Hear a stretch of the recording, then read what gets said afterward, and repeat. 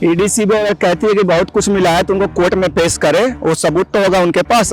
उनको पहले उन्होंने आम आदमी पार्टी के ईमानदार हेल्थ मिनिस्टर सत्येंद्र जैन को गिरफ्तार कर लिया। उसके बाद फिर उन्होंने शिक्षा मंत्री और डिप्टी सीएम मनीष सिसोदिया को गिरफ्तार कर लिया और अब संजय सिंह की बारी है, अब संजय सिंह को गिरफ्तार कर लिया। उसके बाद वो केजरीवाल को भी गिरफ्तार कर लेंगे। सारे ईडी और सीबीआई जो भी जांच करते हैं और अरेस्ट करते हैं वो आम आदमी पार्टी के और भी विपक्ष के, कांग्रेस के, क्योंकि अब चुनाव नजदीक आ गई है।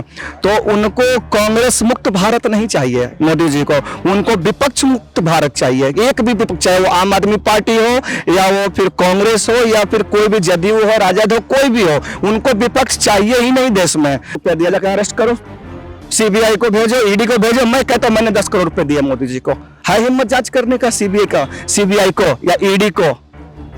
कोई कुछ नहीं करेगा। सिर्फ विपक्षों के लिए ईडी सीबीआई काम करती है और विपक्ष पे ही भारी पड़ती है। संजय सिंह को लेकर लगातार चर्चाएं की जा रही है। कहा जा रहा है कि जिस तरीके से संजय सिंह को गिरफ्तार किया गया है ठीक नहीं है। यहां पर केजरीवाल सहित तमाम आम आदमी पार्टी के नेताओं का यही कहना है कि यहां पर चुनाव से पहले जो है भाजपा सरकार डर गई है। 100 करोड़ का मामला है, 100 करोड़ का अगर घोटाला हुआ है तो आप 100 पैसे बता दीजिए। और यहां पर अरविंद केजरीवाल का ये कहना है ये सब कुछ झूठ है। जब वो संजय सिंह जो है राउज एवेन्यू कोर्ट से बाहर निकलते तो बयान भी देते हैं कि यहां पर देश के प्रधानमंत्री नरेंद्र मोदी अडानी के नौकर हैं और हम अडानी के नौकर से नहीं डरते हैं। इसके पहले आपने देखा कि मनीष सिसोदिया जेल पहुंच गए, उसके पहले सत्येंद्र जैन जेल पहुंच गए। यानी कि आम आदमी पार्टी के नेताओं का यही कहना है कि यहां एक के बाद एक शिकंजा कसा जा रहा है, क्योंकि महज 10 साल में राष्ट्रीय पार्टी बनी आम आदमी पार्टी। इसमें हकीकत कितनी है, सच्चाई कितनी है? क्या ईडी अपना काम ठीक से नहीं कर रही है या फिर सच में जो है यहां पर इंडिया अलायंस होने के बाद डर है? तमाम नेताओं से इसको जानने का हम प्रयास करेंगे सुप्रीम कोर्ट के वकील विश्वजीत से। सर आपका बहुत बहुत स्वागत है। Thank you. सर कैसे देखते हैं संजय सिंह की गिरफ्तारी को लेकर? क्या इसमें ईडी सीबीआई जिस तरीके से उन्होंने पूछताछ की, क्या उनको कुछ मिला है? ये हकीकत है, क्योंकि केजरीवाल का कहना है कुछ नहीं मिला, ईडी सीबीआई करी बहुत कुछ मिला है। ईडी सीबीआई कहती है कि बहुत कुछ मिला है तो उनको कोर्ट में पेश करे, वो सबूत तो होगा उनके पास। उनको पहले उन्होंने आम आदमी पार्टी के ईमानदार हेल्थ मिनिस्टर सत्येंद्र जैन को गिरफ्तार कर लिया। उसके बाद फिर उन्होंने शिक्षा मंत्री और डिप्टी सीएम मनीष सिसोदिया को गिरफ्तार कर लिया और अब संजय सिंह की बारी है, अब संजय सिंह को गिरफ्तार कर लिया। उसके बाद वो केजरीवाल को भी गिरफ्तार कर लेंगे। सारे ईडी और सीबीआई जो भी जांच करते हैं और अरेस्ट करते हैं वो आम आदमी पार्टी के और भी विपक्ष के, कांग्रेस के, क्योंकि अब चुनाव नजदीक आ गई है। तो उनको कांग्रेस मुक्त भारत नहीं चाहिए मोदी जी को, उनको विपक्ष मुक्त भारत चाहिए। एक भी विपक्ष, चाहे वो आम आदमी पार्टी हो या वो फिर कांग्रेस हो या फिर कोई भी जदयू हो, राजद हो, कोई भी हो, उनको विपक्ष चाहिए ही नहीं देश में। सब उनको चाहिए सत्ता पक्ष का आदमी। तो इसलिए जो भी विपक्ष आएंगे उनके ऊपर वो ईडी सीबीआई लगाएंगे और उन पर झूठे आरोप। स्वतंत्र है, वो कैसे लगाएंगे? ईडी सीबीआई तो उनका काम ही ईडी सीबीआई का जो है जांच पड़ताल करना। अगर ईडी सीबीआई स्वतंत्र निकाय है तो मैं कहता हूं कि फिर वो बीजेपी वालों को क्यों नहीं करते हैं? बीजेपी वाले क्या सारे नेता ईमानदार हैं? सारे चोर बन के बैठे हुए हैं बीजेपी में। अभी जो आपने सुना होगा मध्य प्रदेश में भी चुनाव होने वाली है। मध्य प्रदेश में एक दलित पर एक बीजेपी का ही कोई मंत्री ने पेशाब कर दिया था। क्या उसको उन्होंने अपने पार्टी से निकाला? क्या उन पे कोई कार्रवाई बीजेपी वालों ने किया? नहीं। Washing powder Modi. जो भी आप चोर हो, डकैत हो या बहुत बड़े आप अपराधी हो, आप एक बार बीजेपी में शामिल हो जाओ और वॉशिंग पाउडर मोदी के साथ आपको वॉशिंग मशीन से पूरा धुल के एकदम सफाई के साथ आपको निकाला जाएगा। कैरेक्टर आपको बहुत अच्छा हो जाएगा उस समय। तो उस समय जो कहते हैं उन पे क्यों नहीं ईडी सीबीआई लगती है? सबसे बड़ा चोर तो शिवराज सिंह चौहान है, उनके ऊपर क्यों नहीं ईडी सीबीआई होती है? बीजेपी का एक भी मंत्री बता दो जिसके ऊपर ईडी सीबीआई ने जांच की हो, उनको अरेस्ट किया हो, उनके ऊपर कोई कार्रवाई की हो। कोई आरोप ही नहीं है संजय सिंह पर 100 करोड़। संजय सिंह पे 100 करोड़ का आरोप है तो 100 करोड़ क्या वो जेब में लेके घूम रहे हैं? कहीं बैंक अकाउंट में डाले होंगे, किसी के रिश्तेदारों के अकाउंट में डाल देंगे। उनको चेक करो ना, वो प्रूफ दिखाओ आप 100 करोड़ का। सिर्फ कहने से थोड़ी ना हो जाता है। सर आप घोटाले लगाते हो, कभी वो घोटाले लगाते हो, तो उसका एक प्रूफ भी तो होता है। मनीष सिसोदिया तो जेल में है, ईडी ने प्रूफ तो पेश किए होंगे। नहीं, ईडी ने कोई सबूत पेश नहीं किया है। ईडी ने जो भी उन पे आरोप लगाए हैं सुप्रीम कोर्ट का 5 तारीख को उनका मैंने भी सुना, मैं भी वहीं पर था, जो कि जज साहब ने खुद ही पूछा और इतने सारे सवाल कर बैठे ना ईडी से, जिसके पास ईडी के पास कोई जवाब नहीं मिल रही थी। तो कह रहे कि आप कैसे फिर मनीष सिसोदिया को अरेस्ट कर सकते हैं जब आपके पास कोई प्रूफ नहीं है, कोई कुछ नहीं, बस आरोप लगाने से नहीं होता, आरोप को सिद्ध करना पड़ता है।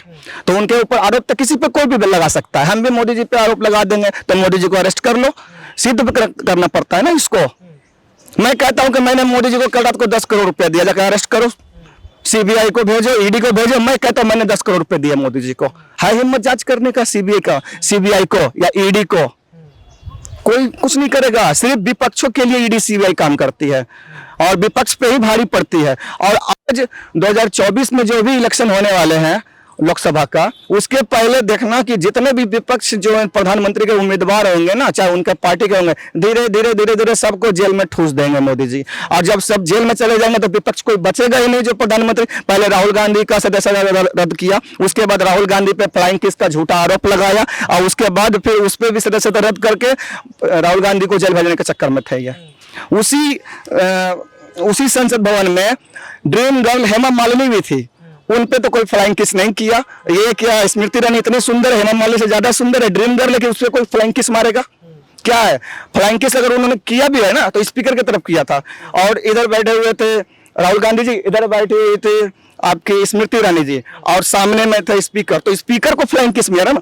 स्मृति ईरानी को क्या जरूरत था कि वो किस को लोक लिया अपने ऊपर? उनको क्या जरूरत है लुकने का? छोड़ देती, वो हवा में उड़ता रहता फ्लाइंग किस। अच्छा, ये राहुल गांधी का जिक्र किया तो राहुल गांधी को लेकर एक पोस्टर भी वायरल किया गया। राहुल गांधी की तुलना रावण से कर दी गई है और उसमें 10 सिर भी लगा दिए गए। इसको लेकर भी जो है हम जवाब और सवाल लेंगे। क्या लगता है आपको कि राहुल गांधी की तुलना रावण से करना ठीक है? देखिए, रावण तो है, रावण एक बहुत बड़ा ज्ञानी पुरुष था, बहुत सिद्ध पुरुष था, और ये भी राहुल गांधी भी बहुत पढ़े लिखे और ज्ञानी है। लेकिन रावण का हमारे देश में कोई रेस्पेक्ट नहीं है जितना राम जी का है, ठीक है। लेकिन रावण को देखा जाए तो जितने बड़े ज्ञानी रावण पैदा हुआ था ना, उतने बड़े ज्ञानी कोई पैदा नहीं हुआ था। और राहुल गांधी जी भी इतने बड़े ज्ञानी है, लेकिन उनको राम की जगह पर रावण का रूप दे दिया गया, क्योंकि उन्होंने कुछ इतने अच्छे काम किए। जैसे मणिपुर की घटना हुई, उसमें जाके लोगों को समझाया, कुछ अपने तरफ से सहमति दी, कुछ लोगों का दुख दर्द को समझा। लेकिन ये काम तो बीजेपी का था। बीजेपी में मणिपुर की सरकार, बीजेपी की सरकार मणिपुर में है, तो जो काम बीजेपी को करना चाहिए वो काम राहुल गांधी कर रहे हैं, वो काम अरविंद केजरीवाल कर रहे हैं, वो काम सोनू सूद करते हैं। तो बीजेपी क्या करे? सिर्फ डंका बजाती है कि 56 इंच का सीना है। 56 इंच का सीना में इतनी हिम्मत है कि वो एक कॉल पर रूस और यूक्रेन का युद्ध रुकवा देते हैं। और वही 56 इंच का सीना में इतनी हिम्मत नहीं है कि वो मणिपुर में हो रहे हिंसा को रोक दे। अपने ही देश आपसे संभाल नहीं रहा है, अपने ही देश में अपना राज्य जिसमें आपकी सरकार है उसमें आपको हिंसा को रोक नहीं पा रहे हो। चले आप ये रूस और यूक्रेन का युद्ध रोकवाने, इतने बड़े 56 इंच का सीना है, तो फिर मणिपुर क्यों नहीं संभाल रही है? 56 इंच का सीना आप दिखाने के लिए है।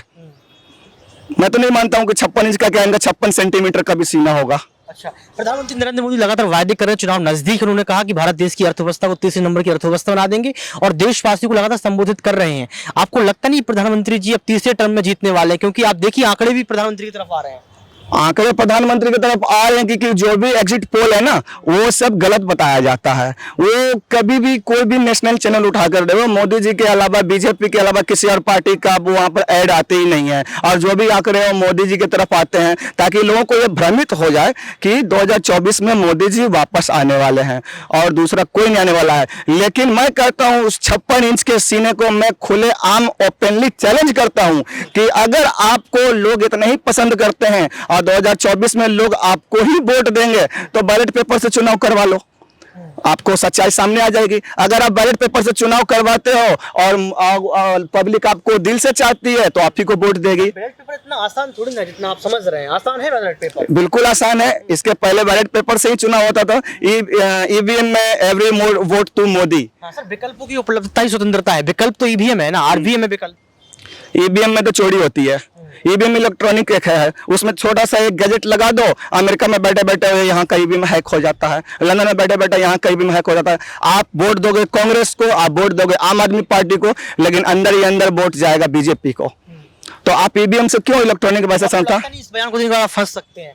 ये बयान आप दे रहे हैं जो ईवीएम को लेकर, कितने सालों से ईवीएम से जो है वोटिंग चल रही है और आप कह रहे हैं कि वोट जाता है किसी और को। बिल्कुल, ईवीएम का जांच होना चाहिए, ईवीएम का जांच करवा लो। मैं तो बयान दे रहा हूं, बयान तो कोई भी दे सकता है, आरोप तो कोई भी लगा सकता है, लेकिन इस ईवीएम को आप जांच क्यों नहीं करवा रहे हो? ईवीएम का जांच होना चाहिए ना।